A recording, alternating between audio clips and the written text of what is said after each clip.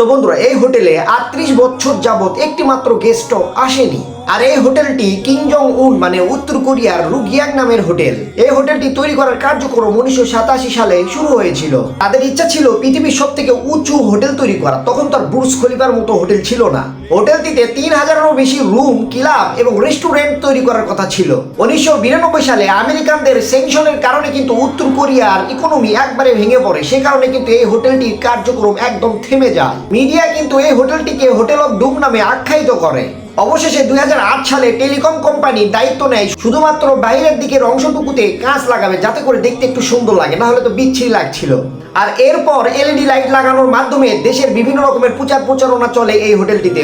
আর এই হোটেলটি বর্তমানে উপরে ফিটপাথ, ভেতরে সদরঘাট, মানে ভেতরে কিন্তু একটি রুমও কমপ্লিট না। এখানে শুধু ভূত থাকে, কোনো মানুষ থাকে না। তো বন্ধুরা, এরকম ইনফরমেটিভ ভিডিওর জন্য অবশ্যই সাবস্ক্রাইব বা ফলো করে পাশে থাকবেন। And thank you so much for watching this video until the